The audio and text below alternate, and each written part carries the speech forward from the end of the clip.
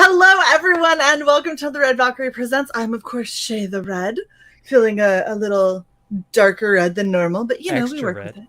You know, my big eyes and all of the thing. It's so weird. Like, I'm staring at myself right now and going, this looks so bizarre. Anyway, and, of course, I have my amazing co-host, CY. How are you doing? I'm doing awesome. I'm going to take you out to dinner with that hair. Yeah? Yeah. So I can ask for people's managers, but be edgy about it? No, that's completely different.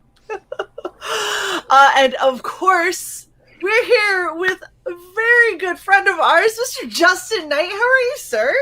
I'm wonderful, and I'm really thrilled to be here. Oh, I'm so happy. I was so pissed. Aria.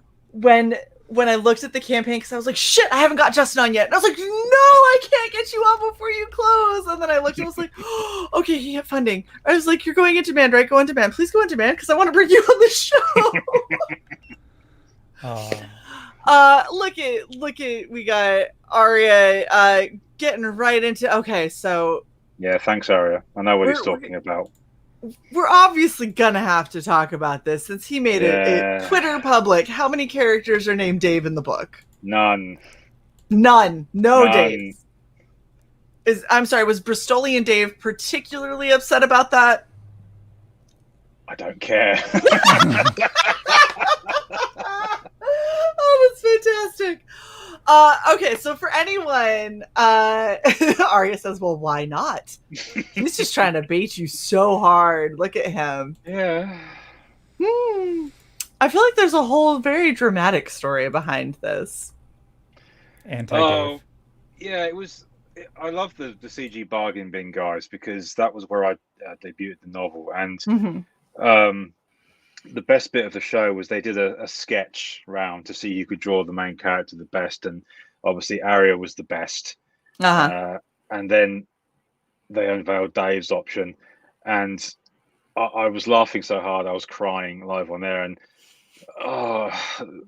Dave, I'm sure Dave's a great writer. I'm positive of that. But as an artist, he's got a long way to go.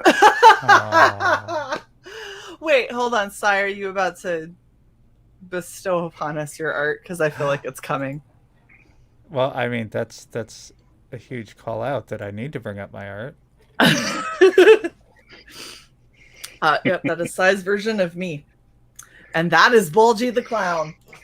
It was cool because watching this intro that you guys have done for this channel, I was watching the cosplays you've done leading up to this, and I saw you did that Umbrella Guy's daughter and went, oh, I never knew she did that. That was awesome. Yeah, it was really, really great until about the halfway mark when my eyeball fell off. And then I turned and the other eyeball fell off and I went, well, now I'm just a bunch of teeth. I feel like I'm probably going to have to just take this off. And so I just had to take off the little black, and I kept the hood and the pigtails. But the best part of that one is Lug showed up and she went, is she a fan? And Tug goes, honey, that's Shae. And she goes, oh, Shae's my best friend. I was like, well, now I'm happy. Everything's right in the world. No. It's why I love cosplays, because the efforts that some folks, yourself included, put into making these costumes is so admirable. And it's why you see that popular meme, I suppose, what was it? When the Starfire debuted in the Titans and she looked nothing like the comic, and the popular meme was going around, cosplayers on a limited budget can do it much better than the big studios can. Oh, yeah, This is yeah. why I love these folks. It was the same thing though when they started talking about Faye Valentine for the new Cowboy Bebop live action, and the actress had the worst take ever because she was like, it's incredibly impractical to be doing all these kicks and moves and stuff. And then I don't know if you know who Autumn Ivy is, but she's probably one of the more popular cosplay personalities, like cosplay and you know, bodybuilding and all this kind of stuff. She showed up in her Faye Valentine cosplay and she went, honey, if I can do squats in it, it's fine. And I was like, I mean, you're kind of, she was over here in the exact outfit from the fucking, the anime, and she was squatting it up and she was like, everything was fine. So I don't know what you're complaining about. The other girl's like, it's just impractical. I was like, and your rando bomber jacket isn't? It was like, bomber jackets have no movement. I've been in them. They suck. Yeah. It's the Why same is sort of everyone wearing a diaper? That's all I want to know. I mean, I'm not going to bother watching this because I've seen from previous anime, let's call them adaptations, that when you make them into live action, it doesn't work. Just leave them alone. Well, and it was upsetting because I just watched the intro. And people are like, I got to say the intro's not bad. And I was like, first off, the intro was almost a shot for shot of the anime. So the anime had a good intro. Yeah. The bad part is the stuff that they put live action. Oh, good heavens. The stuff they put in live action, like Spike running across the panels, the guy looks ridiculous because he's like, and it's so slow, and it's like they told him to just run slow. They didn't take him running exaggerated and then slow it down to fit.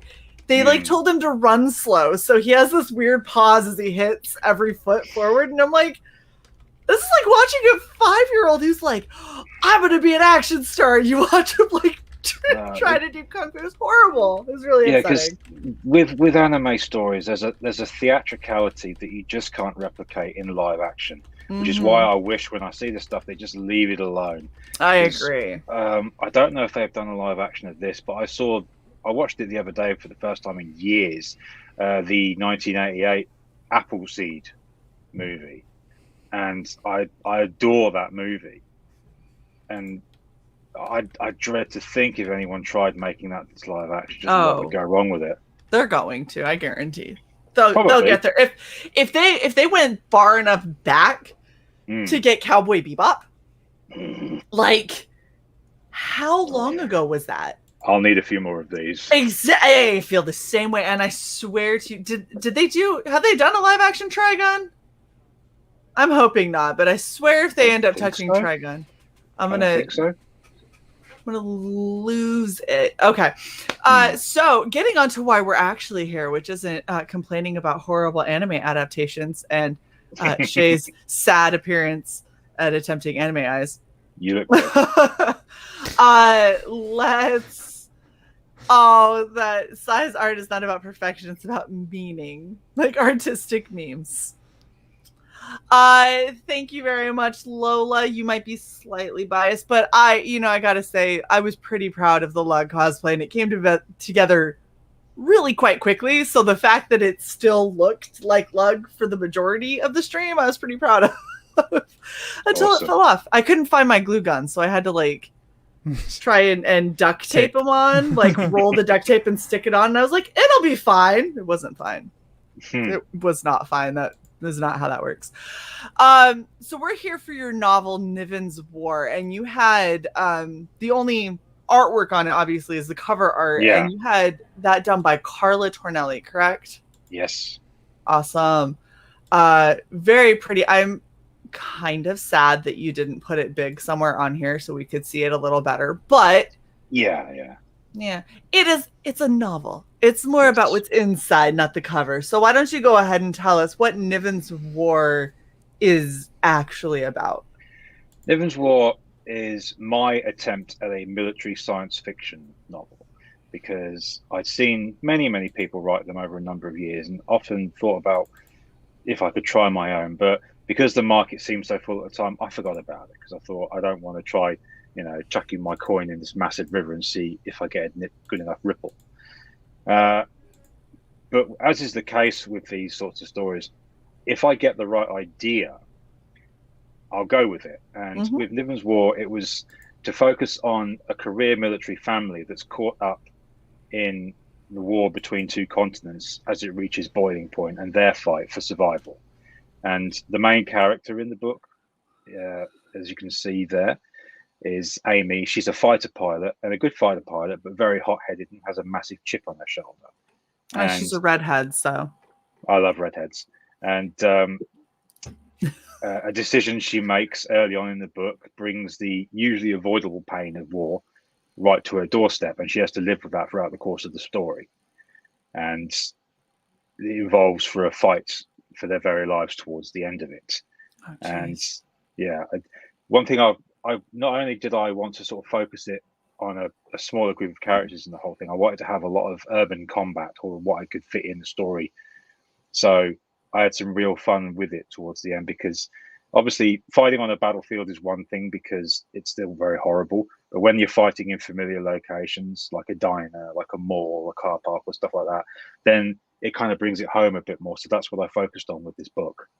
Okay.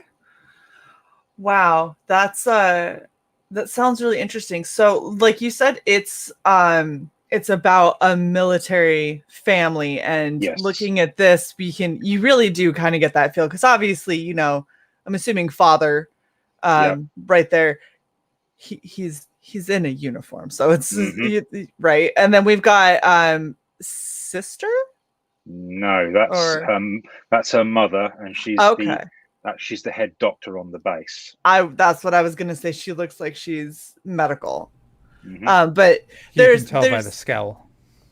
The scowl is what told me military. So coming from military, right?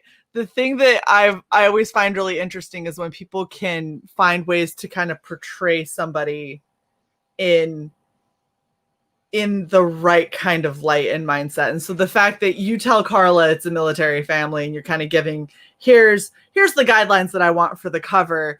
And based on your description, she's able to encapsulate that in this one image is really quite impressive, especially because like that mom, she looks like she's like head nurse, head doctor, head surgeon, whatever. And she ain't got time for anybody's bullshit. Like, look, I'm here to do a job. I'm here to save lives. Take all your drama elsewhere. I don't got time for this shit. Like, this is what I'm working on.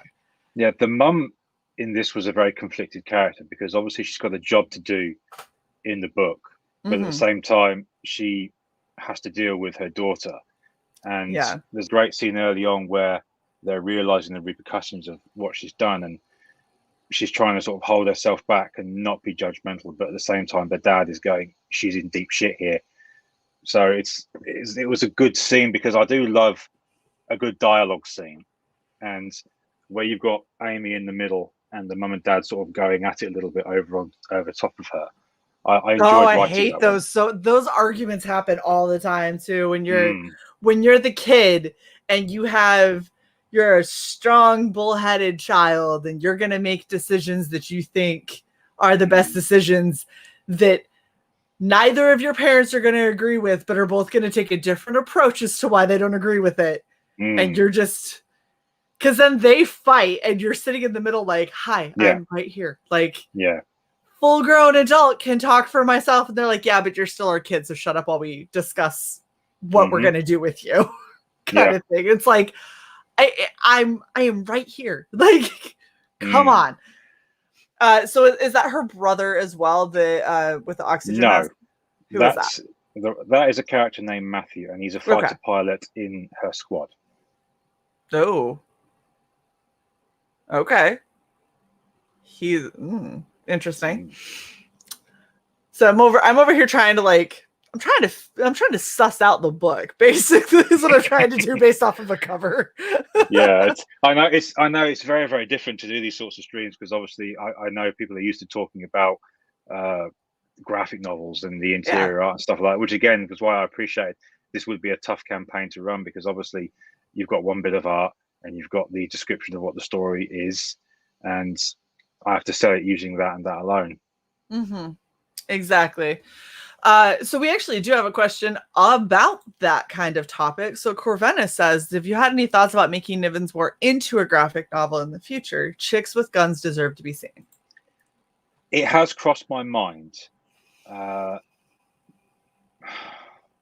the way I work is when I have a project, I kind of have myself a little schedule of what I'm going to write, because my aim is to be a full-time novelist. Right. And I've got this one's been written.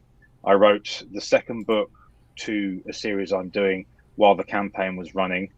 And then because I had this idea for a standalone science fiction horror story, I decided I had to get it out of my head. So that's what I'm currently writing at the moment. And then once I'm done that, Nivens War Book 2 will be written. And then I've got another series I want to write. It's all the ideas are kind of stacking up. So it may pop in there at some point. But it just depends on it just depends on a few other factors at the time. You know what could be really cool, and this is like literally just spitballing while we're kind of talking about it. So first off, how many books are you thinking of for this series of Nivens War? I want to say 3. Okay. But one thing I've noticed writing books this year alone is that the story will go its own way. Mm-hmm. You can have outlines, you can have plot points, but if the story goes a particular direction, then and it works, then I'll go with it. I mean, there's a free book I wrote, for example, which is available on my mailing list. It's called Wasteland Vigilante, and a simple bit of dialogue at the end of one chapter led to a complete chapter which I wasn't sure was going to be in there at first because I hadn't got a reason for it being in there. But when there's one bit of dialogue, I went, oh, there's my next chapter. Mm-hmm. So that came out of nowhere. Yeah. And in Nivens War, the book took a completely different direction at one point when I was writing it, because the ideas just came to me as I was typing. And when I looked at the screen and realized what I'd written, I thought, this is where the book needs to go now. So I went with it, and a lot of my outline went out the window as a result. I love that, though, because it's a much more organic way of creating. Yeah, absolutely. Yeah. And I think something that would be really cool if you did decide that you wanted to do a graphic novel interpretation of this down the road, because graphic novels are obviously so much shorter than novels. You don't have to spend all this time describing scenes and people and appearance and all that, because you just draw it. Mm-hmm. What could be a really cool idea would be if you get to, the third book or the fourth book, whatever you decide ends up being kind of like, this is a good rounding out for this story or for this chapter of this story. Looking at offering like the set, and also see about turning it into a graphic novel for those who, I'm going to be honest. One of the things I've noticed a lot of people, myself included, sometimes have a difficult time with novels is get super distracted really easy. And when it comes to having to kind of create your own based off of your description, this is what the world looks like for me, I forget what that is when I go back to read, and then I have to reread like a whole chapter to get my mind right again, and then continue. So it takes me a long time to read shit sometimes, which is hilarious because I'm a writer, so you would think. Yeah, it's one of those strange things, because I don't tend to read that many books myself. I use Audible a lot. Yes, because I can put on the headphones and I'm gone. But when I do read, I read in the evenings, because I've got 4 children, and the youngest is 10, and he's very, very active. So once he's down for the count, that's when I can read what I want to read. But sometimes I don't get a lot of time because I'm forever writing books. Exactly. Well, in between writing and everything in day life, sleeping, those are good things that we should probably do more. It gets to be difficult to read. So you have 2 avenues that could be really, really cool. One of them that would be a little bit potentially easier to do immediately, and one that it would take a lot more planning, but could probably be pretty successful down the road. So if you ended up looking at seeing if you can find somebody that you like their style of reading and everything, see about doing an audiobook, and see how you like that. And then when you get the collection together, look at trying to do a graphic novel. And then you can offer, I mean, imagine what that campaign would be if you have, here's the collected series of novels. Here's a graphic novel to help you kind of work your way through it if you have a very short attention span. And here's Audible if you would prefer to listen to your listen to your books instead of read them. Yeah, I did consider doing an audiobook to begin with, but the problem with doing them is that narrators are not cheap. And there was one I'm aware of, I won't say their name, but I asked another author how much they charged for an audiobook, and it was $2,000 US. And I sort of sat down and went, did she use a gold-plated microphone or something? Because I couldn't grasp the concept of that. So, and that's why a lot of other authors out there haven't done it, because the cost is too high. But also,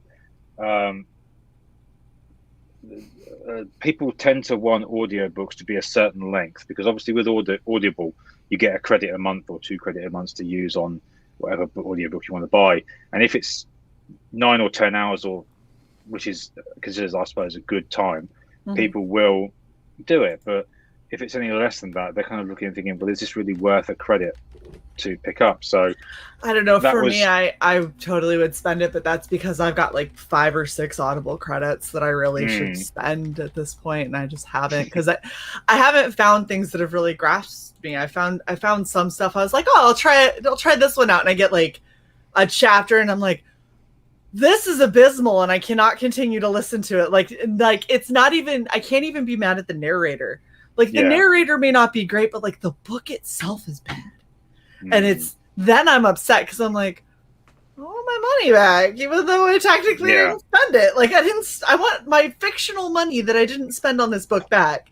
But if you were to offer it as part of like a, kind of like how you have the ebook, right? You have the PDF. If you were to offer it in a setting like this, where you can get the book, for like $1 more or something like that, as an MP4 or an MP3 that you can listen to, that could end up going really well. Yeah, depending on if you found somebody that, and I mean, you would probably have to go into like the indie community where people are like still trying to get a leg in the door to try in order for you to get it for any kind of a decent price. But it could be possible. It could be. Yeah, we'll have to talk. I've got some ideas for you. Yeah, I mean, it was something that I did consider, but again, it came down to price. And also with Nivens War, it was my first campaign, and I didn't want to go overboard with what I was offering. Oh, absolutely. And of course, obviously, I've had conversations with people about the lack of, let's say, extra content that was not with it, such as cards, prints, and so forth. And it was, I did sit and give it some thought, because obviously I'd looked at Redgaze's book, which I backed, because I got obviously let's call it the full package of book and the source book, which I thought was really cool. And I wanted to show with Nivens War that not only was I capable of writing what I hope people see as a good book, but I was also capable of delivering. So I didn't want scope creep to make its way in. I just wanted to make sure that I could supply what people backed, because obviously I'm conscious of other campaigns that have not delivered, and in some cases, as far as I'm concerned, stolen people's money. I'm not saying anyone in CG, but there's ones on Kickstarter that I've seen. As far as I've seen some in CG that have basically stolen money, because if I'm waiting 2+ years for your book, sorry, what did you say? Sorry, Sovereign. I backed it when I backed the digital copy, and obviously the damage is minimal for me, but I didn't back the digital. He's supposedly still working on it, but he's completely redoing the entire art style of it because his favorite art style has changed in the meantime. So, well, the last update on that was something like 8 months ago, which is obviously not a good sign. No. Right. But the one that always sticks in my mind the most was this one on Kickstarter called A Feminist Deck. It was playing cards with drawings of popular feminists on the back. It was very Tumblr tier art. Yeah. And the project fell behind. The woman who was doing it claimed she was being harassed and offered people refunds. But everyone said, no, keep the money. And it never came out. And she got to walk away with about, I think, $32,000. So, yeah. So obviously, I wanted to show that I could fulfill first before I started bringing in the more, loot. Which I think is incredibly smart. I do think that getting the first book out and into people's hands is a really good idea. And then, on the second book, maybe look at doing a visual compendium or something that goes along with it. It's kind of, here's, some images that you can place with certain characters, and here's some mock-ups of certain important like areas and landscape. And so you kind of build in your mind a little bit more, because I know for someone like me, if I don't have that when we get into real big stories and it stays kind of amorphous, it shifts so much in my brain that I have a tendency to get it confused with either stories I've read previously or things that I have in my own head to write. And it takes away from the novel itself. And it's not a mark of a bad novelist. It's a mark of a person with bad anxiety. And so having things like the little visual companions that you can flip through and look at everything, really, it helps people like me that already are operating with crazy high anxiety. And they say I don't have ADHD and ADD, but I would like a fourth opinion on that, because I seriously feel like I have a hard time keeping up with some stuff.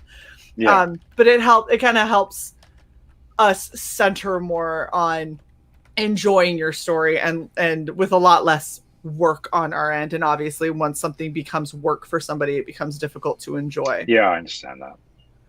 All right, so Arya had a question. He said, how would you describe your writing style? Can you compare it to any other writers?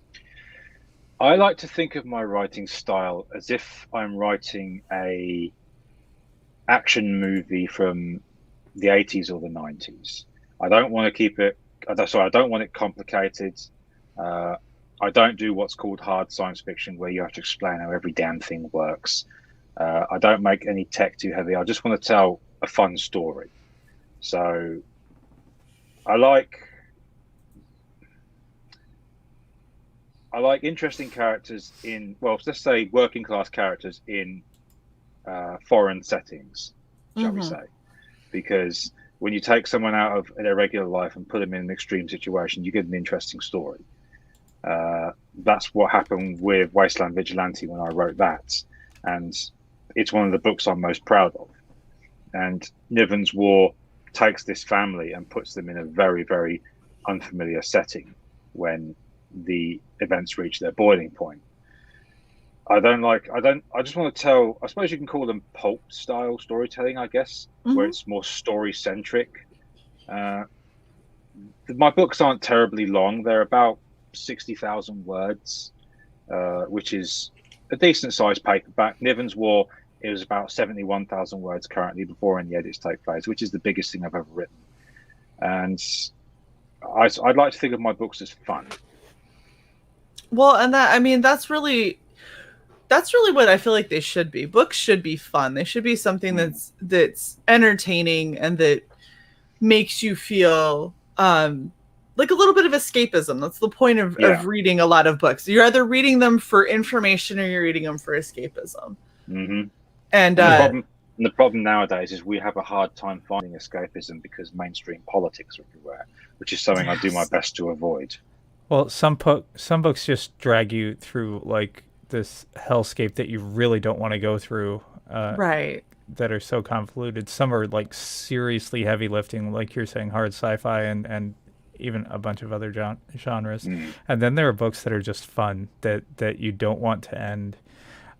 We have a friend, Gib. I knew it. I knew you were going to talk about Gibby. He's the best. Justin, we really got to get you talking with Gib. I think that you'd like him.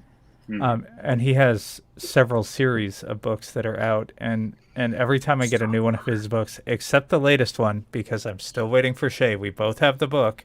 I'm waiting to read it till she's reading it. But in every other of his books, between 8 and 10 hours, I will rip through one of his novels. So those are the kinds of books that I love. Yeah, because I mean, one of the main reasons I came to this choice of how to write this stuff was a long time ago. I read the book of Jurassic Park, and it's a good book. Don't get me wrong, but there was a lot in it where Crichton put DNA charts and stuff like that, and I'm just looking at it thinking, I haven't got a clue what the hell you're talking about with this stuff. Just tell me the story. And when that pulls you out of a book, that's where the problems begin. I mean, even with there's an Image comic series that's just started. It's called Geiger, and at the start of it, the main character gets shot by these two people, man and a woman. And I looked at who they were, and they were basically a copy of those two. That the guy with the M16 and the woman with the pistol that defended their home when the Antifa broke into it. And I just looked and thought, I see what you did there. And when that happens, it pulls you from the story, and that's the one thing I do my best to avoid. Yeah, I will say that is probably one of the most frustrating things is when you have somebody who, like, as a writer, you do a lot of research because you want to make sure that what you're writing about makes sense. You know, you don't want to write about some kind of, I don't know, spacecraft, and then you don't account for things that are just so outside of the realm of possibility without being able to explain how they could potentially be possible. Yeah. If it's something that people can relate to in any kind of positive way, then it goes in the book. I mean, the one I'm writing at the moment centers on a married couple who are running a station, and they're doing it so they can get a bonus to buy their own place. And over here, I don't know about in the States, but house prices are ridiculous. Yeah. So your guys' are insane. Yeah. So in order to get a house over here, you'd have to be saving for a long time. So I take a situation, twist it, and put it in a sci-fi setting, and it's still relatable. Right. So that's the sort of stuff I try to aim for. Well, so the problem that I think a lot of authors get into is you do so much research. You have so much in your head and so much that you can pull from, and you don't know how to filter. Like, there's a lot of stuff that's very important as a writer for you to know. That stuff is not necessarily important for your audience to know.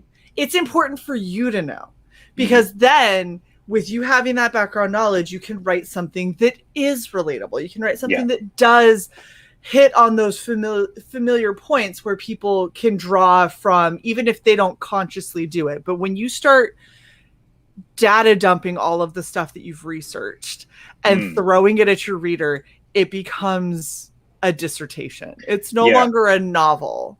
If you are going to do something like that, I find it's best to kind of trickle the information throughout the book. Exactly. If you do what's commonly known as an expo dump, as you've seen with that comic Mother of Madness that Amelia Clark did with a couple of other folks for Image. The very first page, the character gives something like a 4 or 5 speech info dump. And I'm reading it thinking, man, I know this comic what it is from the get-go. I'm not interested. Exactly. It turns people off immediately. Corvina said it would be really cool to get you talking with Brian as well from Six Gun Gorilla. Also, Adam Lawson is a phenomenal writer and somebody that you might really enjoy. Oh, excuse me. Bless you. Couldn't hit the mute button in time.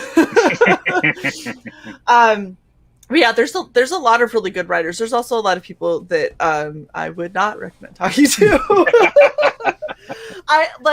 Writing is difficult. Writing is a really hard thing to do. And in all honesty, I know how harsh I am on people when it comes to writing and stories, which is what has stopped me from writing my own. Because I'm like, I mean, I know how brutal I can be. So holy fuck, I can only imagine. No, I mean, getting to where I am now, and I don't by any means call myself an expert, was a rough time because I wrote one book a long time ago. It was called Praxis, and we came out and it did all right for a while, but then the bad reviews started to creep in. I thought, did I write a bad book? And I went through it and I realized, oh, this is awful. And I ended up pulling it down, and I didn't write anything for a while because there was no inspiration. But then one Christmas, I had the idea for what would become Crush Stepped in the Bikini, and I wrote that over Christmas and into the new year. And the editor that I got for the book, she nearly ruined it with the input she wanted to put in, because the first set of edits she gave were pretty decent and improved the book, but then she came to round 2 and the edits that she suggested got worse and worse and worse, to the point where I was thinking, I don't think she's right on this, even though obviously you're not supposed to question an editor. And then it got to a point where she said, cut these 2 scenes, they serve no purpose. To which I finally bit back, saying, well, hang on, if I cut this scene here, you have a character disappears from the book with no reason given. And then this scene here, you have 2 characters appear at a certain spot with no reason given. I'll get slaughtered for that. And she went, oh yeah, you better talk to someone else about it then. And I just thought, oh, so you're dumping me. And she left me with a butchered manuscript and really shot confidence on what to do with it. I mean, I got it out in the end, but for a long time I didn't write because I just had no inspiration, because I felt like I'd taken such a kicking trying to get that book out. Yeah. Well, so this one thing I will say as an editor, and Cy, feel free to pipe in on this as well. I was just about to, but you said the never question an editor. Fuck that. Mm. I don't agree with the thing is as an editor, my job is not to take your book and make it what I want it to be. My job is to read your book, to tell you where you have very obvious holes, very bad logic jumps, and where your grammar sucks. That's my job. My job is to be brutally honest about the book that you wrote, about the topic you want to write. Yeah, because I mean, it's not to change it to what I want. Yeah, because I mean, with that book, one of her edits led to a really cool scene, which was one of my favorites in the book. But at the same time, there was a bit, I'll give a slight spoiler here, where this ship has crashed and these aliens are trying to break in through this. Essentially, it's a clear ceiling above the ship, because the top deck is the leisure deck. And I was doing it as kind of like a homage to that scene in Aliens where they come in through the ceiling towards the end of the story. Right. And she said in the notes, no, have them come in through the side because it looks better. And I thought, no. And I didn't change the scene. Better? Yeah. And how does it look better? It's horrifying if you're sitting there in a leisure deck with a whole glass surrounding and it's covered in fucking aliens that are trying to get in. That's more horrifying. Because to me, the visual is them have them use the door. It's too graphic. Well, so they'd be looking up like this.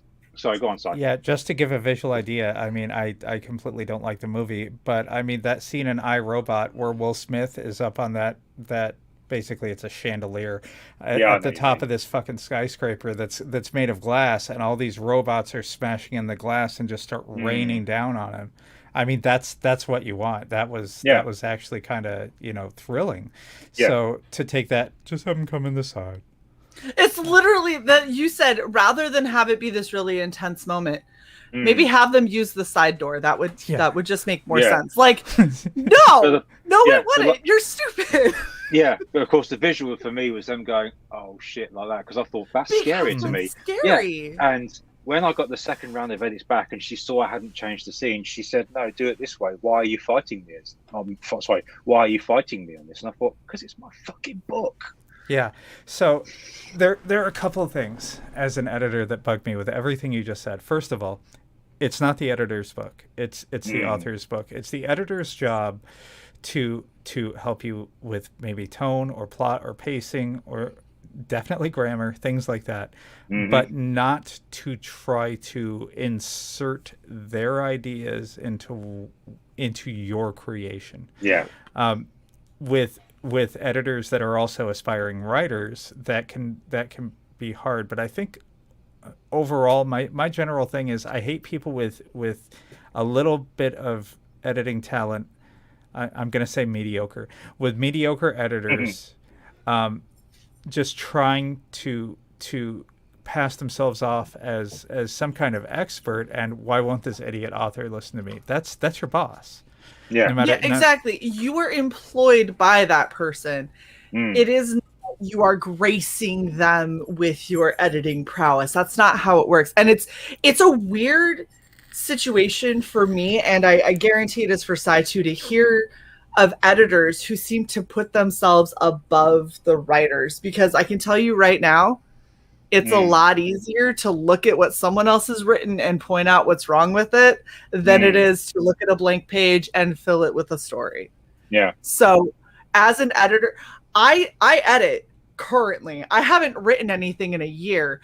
I edit currently because it's easier for me to look at what someone else wrote and tell them where their faults are than it is to sit and create.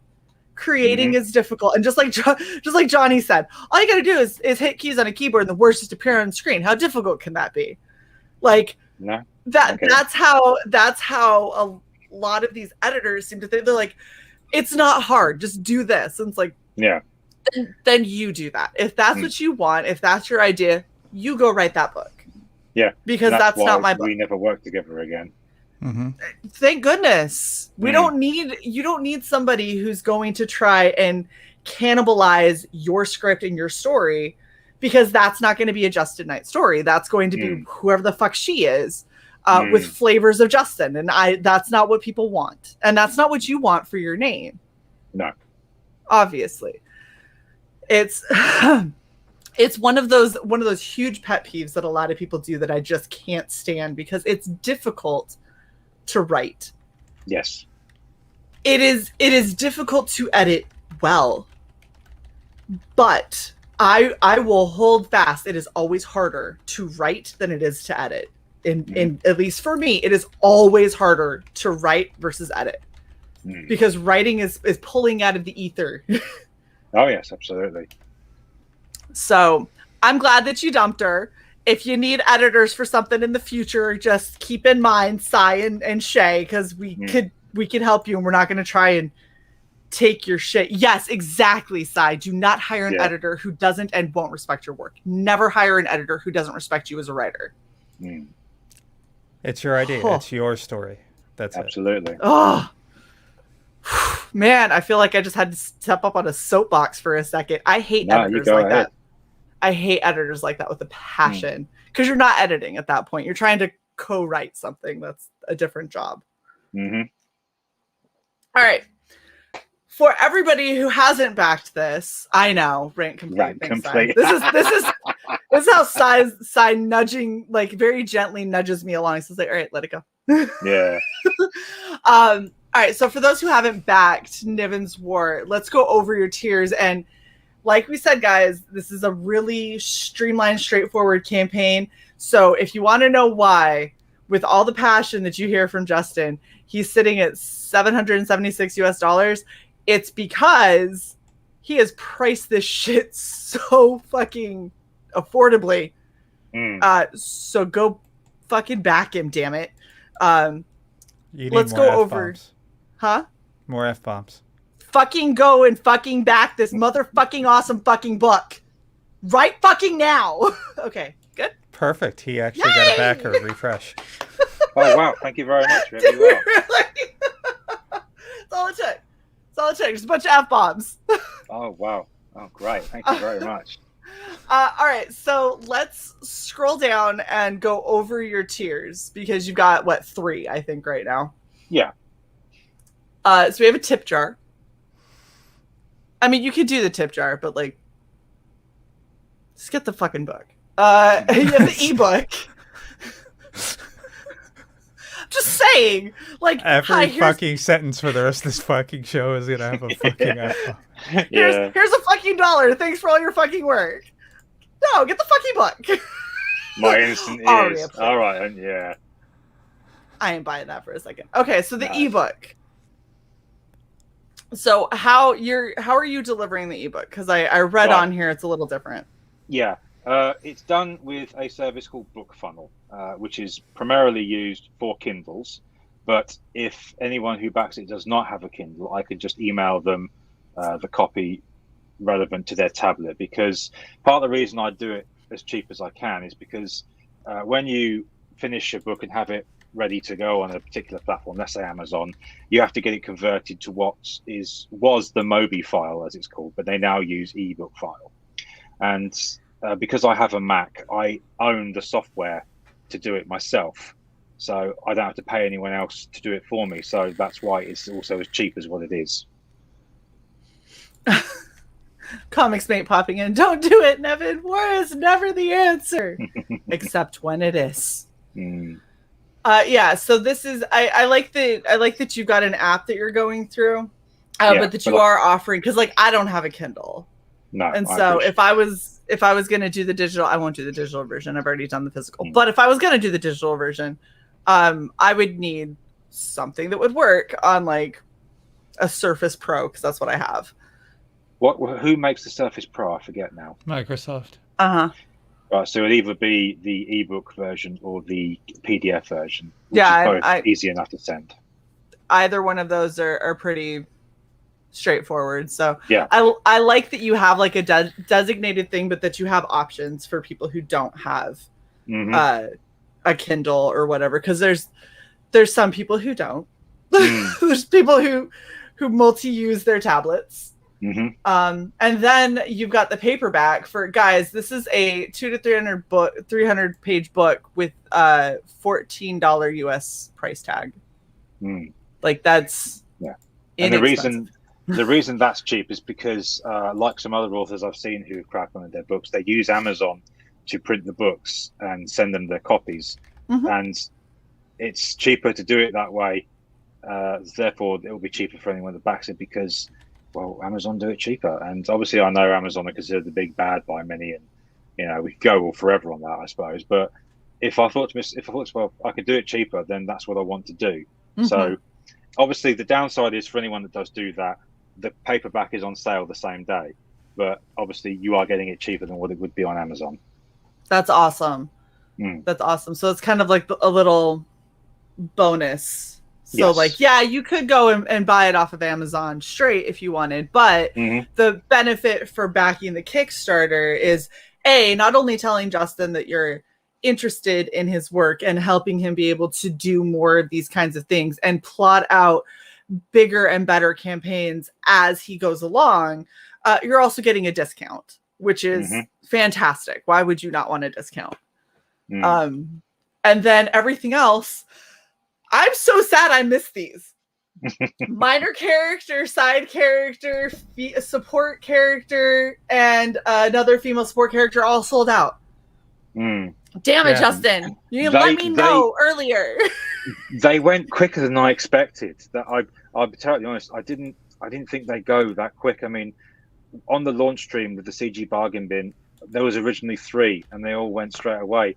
And I thought, oh shit. So I'm telling you, 2 female support characters. I mean, yeah. So I did another tier, one more character, and the funny story with that was she sat on there for a long time, and I contacted a guy in the US who I knew. I used to game with him on PS4, and I said, "Would you mind sharing this about for me, please, to see if anyone's interested?"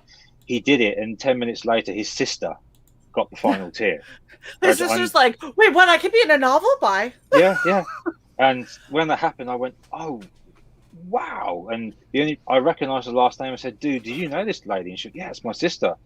And not long after that, his fiance did something like a $40 donation. Didn't back any of the tiers, just did $40 donation. And I was so moved by it. I contacted her and said, "Thank you so much." And she said, "It's not a problem." So I'm going to send her a copy of the book just because of how much she donated, and I'd feel terrible if I didn't. That's awesome. So one thing that I can tell you will probably help in the future. Yes. This has got to be the cheapest get put into a book that I have ever seen. Ever. In the history of ever. I've never seen somebody being able to get into a book for the most expensive one is $41 US. Yeah. That's insane. I expected when I saw that you had these tiers and they were already gone, I was like, why isn't he higher? Those should have been $100, $200 tiers. And I go through and look and I'm like, oh, because they're $40. That would be why. So when you do book 2, maybe price that a little bit higher for you, just because. It did cross my mind, but I thought of something that Robin Williams said a long time ago when he had said about when he took a reduced wage to do Good Will Hunting. I know it's a bit of a stretch, but bear with me. That it's not about jacking someone up for a lot of money; it's about getting it made.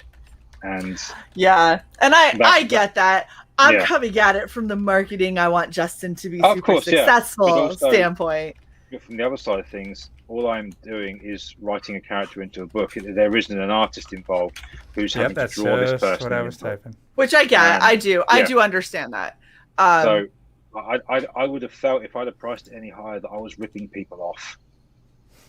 Yeah, I do understand that, and I appreciate that kind of integrity with it. I still say $41 is a steal to get written in, even if you're just written in and there isn't any accompanying art. But I think something that would be kind of cool to see in your next campaign for book 2. After people have had a chance to read book 1 and kind of talk about book 1, you should hold a fan art contest. Okay. And then you can go through and see, have people drawing up your characters.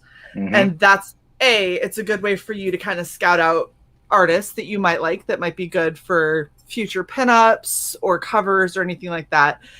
It's a good way to get a lot of pretty much free publicity for your book because you're generating hype, and especially if you announce it when you have a mailing list up and you're still 4 to 6 months out from actually launching. And then you can do if you end up doing like a visual companion, you can do an art, like fan art section in the back, and whoever wins can be on the front cover of the visual companion or the back cover. And you can kind of decide like who you think did the best job showing your characters the way that you describe them in the book. I am writing a graphic novel nice. In between books. I'm excited for that. And the lady I usually work with who does the covers for my books normally, she was the first person I went to with the idea. And I'll give you a hint. It's going to be underwater science fiction. Oh gosh, I'm terrified already. I grew up loving those movies like The Abyss, Deep Star 6, and Leviathan. And obviously we haven't had anything like that for a while until I think that Underwater came along with Kristen Stewart in it. And when I said to her the idea of what I was doing, and I said, for example, films like, and we both said at the same time, The Abyss. And we got talking about it, and I said, look, if we're going to do this, I want to do a source book to go along with it, behind the scenes sketches and characters and stuff like that. And she went, okay, sure. And I said, also, I've seen people do sketch cards. Would you be okay with that? And she went, yeah, fine. So I'm working on that in my spare time. I think I've written about 16 pages so far. I've no idea what the length is going to be yet, but one of the people that was helpful with me with this was Von Klaus, because we got talking after I read Monster MD and told him how much I loved it. And he recommended the software to use for writing graphic novels, which I ended up buying. And it's been an immense help for a first timer writing this stuff. And thankfully, because I've been paying attention to a lot of the crap that's been coming out of mainstream, I know kind of what to avoid. But again, once it's properly edited, we'll go from there. But again, as with Nivens War, I talked with her about how to do this, and she said, let's do it first and then launch the Indiegogo so that there won't be a major wait for it. But it's a long way down the line. That's awesome, though. That's exciting to hear. And so I think that you can kind of test out a couple of different things, especially for like either depending on which are coming out first. With some of your novels, you can test out, the fan art contests and sketch cards and things like that from whatever artist that you might be able to kind of get interested. And then, you know, vice versa, if your graphic novel ends up coming out first, you kind of get a feel for what people really want in graphic novel campaigns, which typically from what we've seen, sketch cards, original art are always really, really good sellers. Yes. And then any kind of pinups, prints, things like that people can get, they also really tend to enjoy. And then, you know, you're doing novels, bookmarks. It's a pretty straightforward idea. Yeah, there are bookmarks for Nivens War that were included with the paperback at no extra charge. Oh, that's awesome. Yeah, and they are going to be delivered Monday because they were ordered as soon as I got the Indiegogo money. Oh, that's great. Oh, I'm so excited. I'm really looking forward to this. I think it's going to be a fun story. I think that knowing you and kind of how you like to write, I think that it's going to definitely be a good amount of escapism and something that's just gonna it's just gonna be one of those things that's gonna feel like, okay, I'm glad I picked up this book. I'm glad that I spent the time to read, because this is an interesting adventure that I got to go on for a while and kind of like forget about the shit going on in my regular life, which is, you know, why I read. That's the point to all of this, because I've been paying attention to a lot of what's been coming out, and a lot of it I just ignore or avoid now. And because everything is so overly politicized now, I think it adds to how bad some of this content is. And I always think back to the third verse of Billy Joel's Piano Man, because obviously that's a story of how he came to be as big as he is. And the verse is, "It's a pretty good crowd for a Saturday, and the manager gives me a smile, because he knows that it's me they've been coming to see to forget about life for a while." And with the amount of, let's say, messy politics in the world, we can't do that anymore. So my aim through my storytelling, and I don't wish to sound big-headed or sanctimonious here, is to get back to that place, because I prefer it there. Well, and I gotta tell you, as someone who's very tired of all of the other bullshit that's been going on, I would like to go back there too. Yeah. So I'm totally down for that. If we could just get back to not having to deal with all the rest of the shit, I'm so ready for that. I'm dying for that. And so I'm very, very excited to see this and to dig into the book and obviously give you our thoughts. I got 2 copies, one for me and one for CY, because how could I not, especially at these incredibly affordable prices, which is amazing and also pisses me off because I want you to be a lot higher than you are. But, you know, I get it's about getting the story out. And if it were me writing, I would feel exactly the same way. I would still like, I'm going to seem so hypocritical if I ever come out with a novel and put it up on Indiegogo, because everyone's going to be like, "What happened, Shae? You priced it so low." I'd be like, "I just wanted people to read it." So I totally understand it. Yeah, like I said, I was very conscious of that going into it, because obviously I'd read a long time ago that if you price it too cheap, people will be suspicious. Yes. And that is a big problem, is when something is very, very cheap, even if it's like, it's cheap because I got a hook up here and I know how to do this and I got this like for at a discount. It doesn't matter, because it's undervaluing you and your art. Yeah. And if you're undervaluing your craft, why would I value it with my money? So the main reason it was priced as it was because I logically sat down and thought, okay, what do I need the money for? And that was what I needed. That was how much I needed. So if I do make any profit from it, okay, great. I'll accept it gladly.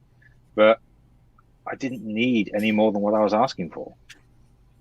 That's awesome. CY, do you have any other little last questions you'd like to throw out there for Justin? No little last questions, as patronizing as that sounded. Wow. Did you take your estrogen recently? Is that what's happened? Shae had to go.